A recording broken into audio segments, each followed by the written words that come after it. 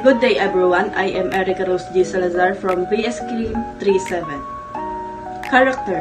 Character refers to the set of moral and ethical qualities that define how a person behaves, especially when no one is watching. It includes traits like honesty, integrity, responsibility, fairness, and respect. The purpose of character is to guide individuals in making ethical decisions, build trust with others, and act consistently in line with their values.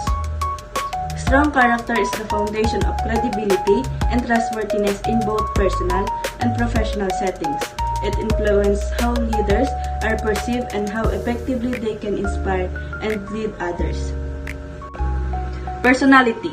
Personality is the unique sets of traits, behaviors, and emotional patterns that define how a person interacts with others and their environment.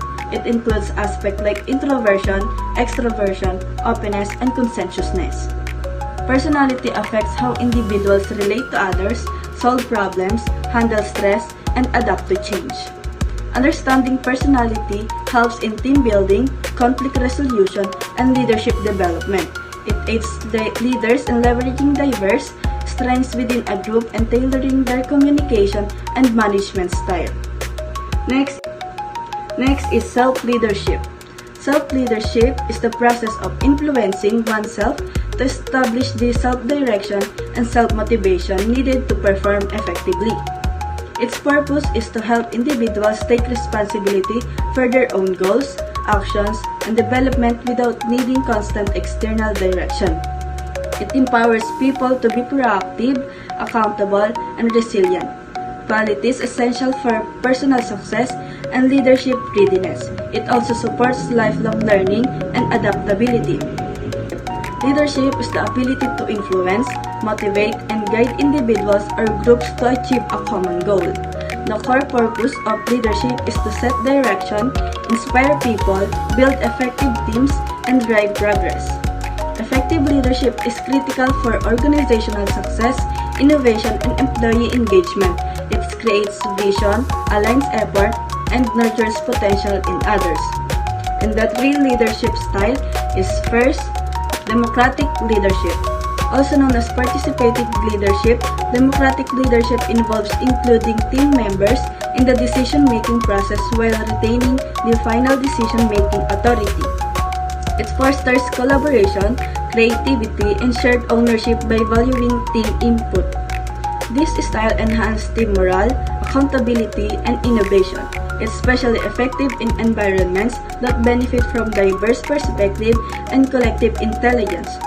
Second is charismatic leadership.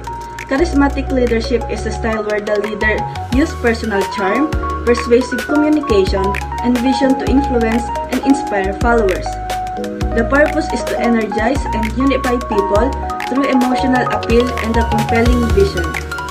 Charismatic leadership can drive significant change and motivate people in times of uncertainty. However, their influence can be personality dependent and sometimes risky if not grounded in strong character. Last is transformational leadership. Transformational leadership involves inspiring and motivating followers to exceed their own self-interest for the good of the group or organization and achieve exceptional outcomes.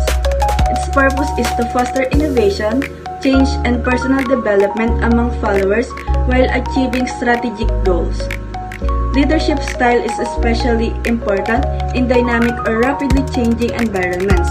Transformational leaders develop others into leaders, build a strong organizational culture, and drive high performance and long-term success.